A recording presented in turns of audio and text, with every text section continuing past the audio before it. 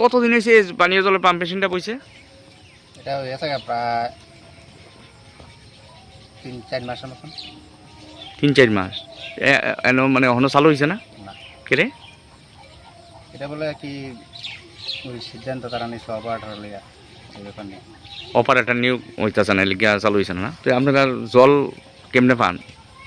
জল তো আমরা এখন পাইতেছি না, আমরা অন্য গান তাই না খাওয়া লাগতেছে। ও, ওয়াটার সাপ্লাই নাই এই এলাকাতে? না, এদিকে আর নেই। এইটাই জায়গাটার নাম কিটা? প্রোগ্রামটা কোন পঞ্চায়েত? করলাম, উত্তর চরিলা। করতে পারলাম।